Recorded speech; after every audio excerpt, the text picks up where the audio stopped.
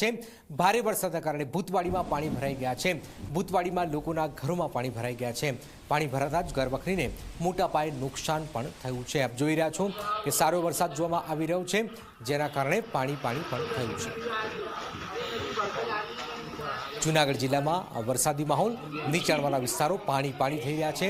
ભૂતવાડીમાં ભારે વરસાદ, જેના કારણે અનેક લોકોને પારાવાર મુશ્કેલીનો સામનો હાલમાં કરવામાં આવી રહ્યો છે। જૂનાગઢ જિલ્લામાં વરસાદી માહોલ છે। વંથલીના રવની ગામમાં ધોધમાર વરસાદ છે। ભારે વરસાદના કારણે રવની ગામમાં પાણી પણ ભરાઈ ગયા છે। ઉબેલ નદીમાં પૂર આવતા ધંધુસર ગામમાં પાણી ભરાયા છે। ભારે વરસાદના કારણે ખેતરોમાં પણ પાણી ભરાઈ ગયા છે।